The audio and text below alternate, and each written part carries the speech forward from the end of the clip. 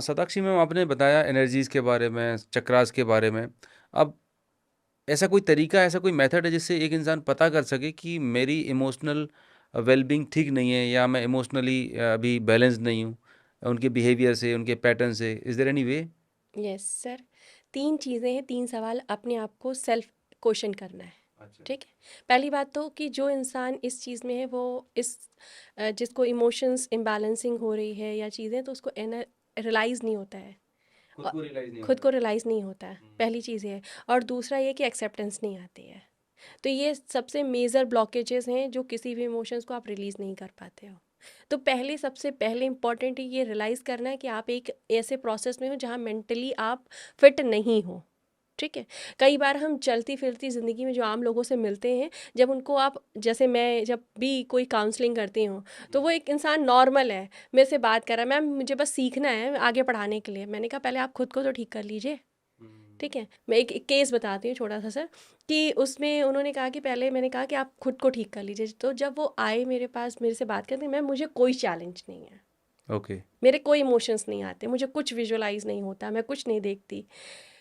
मैंने उनसे थोड़ी देर बात किया, मैंने कहा कि ठीक है कोई बात नहीं, आपको कुछ रियलाइज़ नहीं होता, इट इज़ ओके।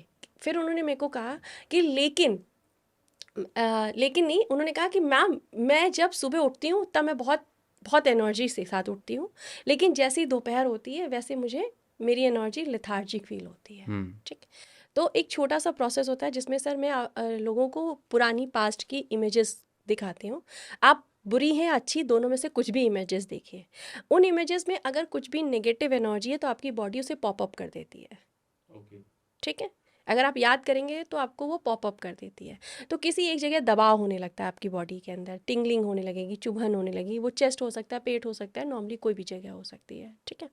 जब ऐसा प्रोसेस होता है तो उस जगह पे जिस जगह भी पेन हो रहा है उससे रिलेटेड उसके पास इमोशंस होते हैं। तो उन्होंने कहा कि मुझे पेट में बहुत हैवी, मैम ये मेडिटेशन करते समय मुझे बहुत हैवीनेस लग रही थी मेरे पेट में। मैंने उनसे सिर्फ एक सिंगल सवाल पूछा कि आपके आपके हस्बैंड के साथ में जो रिलेशनशिप है वो इमोशनली अच्छे हैं? ठीक है? तो जैसे कई बार भाई ये एक बहुत नॉर्मल बात है और इसकी ड्यू टू रिस्पेक्ट बहुत गहराई में नहीं भी जाना चाहिए। तो उन्होंने उनसे मैंने कहा मैं आपसे पर्सनली बात करूँगी, क्योंकि ये सेशन इंडिविजुअल हो रहा था, मतलब ग्रुप में हो रहा था। तो मैंने उनसे इंडिविजुअली जब बात करी तो तब उन्होंने एक्सेप्ट करा उस जगह पे, जब मैंने उनको डीपेस्ट वे में उनके बिना कहे ये बोला कि आपके हस्बैंड के साथ रिलेशनशिप क्यों, क्योंकि पेट में अगर ये चैलेंज हुआ और आपके नाभि के आसपास है, इसका मतलब है कि आपका सैक्रल चक्र में एनर्जी स्टोर है। ठीक है? आपके पास दो तरह की रिलेशनशिप गड़बड़ होते हैं, एक या तो आपके पार्टनर के साथ होते हैं या तो आपके शिबलिंग, आपके दादी नानी काका चाचा चाची वॉट एवर जो अदर रिलेशनशिप्स हैं। ठीक है? अदर के साथ रिलेशनशिप ब्लॉकेज आ रहे हैं, इट मीन्स हार्ट चक्र ब्लॉक है। ओके। ठीक है? अगर आपके रिलेशनशिप आपके पार्टनर के साथ अच्छे नहीं है तो इट मीन्स आपका सैक्रल चक्र ब्लॉक है।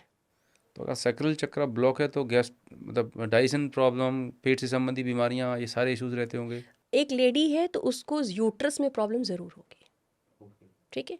या उसके जो साइकिल होती हैं वो डिस्टर्ब होगी। ओके। ठीक है? या साइकिल के टाइम में पेन बहुत होगा। ओके। ठीक है?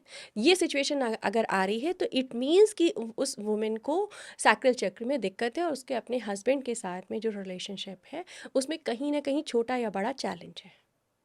जिसको टेक केयर करने की ज़रूरत है। इसको ठीक करने का सबसे अच्छा तरीका, जो मैं हमेशा कहती हूँ, कुछ नहीं करना। किसी भी देवी को आप ले लीजिए जिनके प्रति आपकी श्रद्धा हो, उनको 2 मिनट चैंट कीजिए, सैक्रल चक्र पे ध्यान लगाइए। अगले 10 से 11 दिन के अंदर आप महसूस करेंगे कि आप उस एनर्जी से बाहर आ चुके हैं और बहुत बेहतर तरीके से अपनी लाइफ को लीड कर रहे हैं।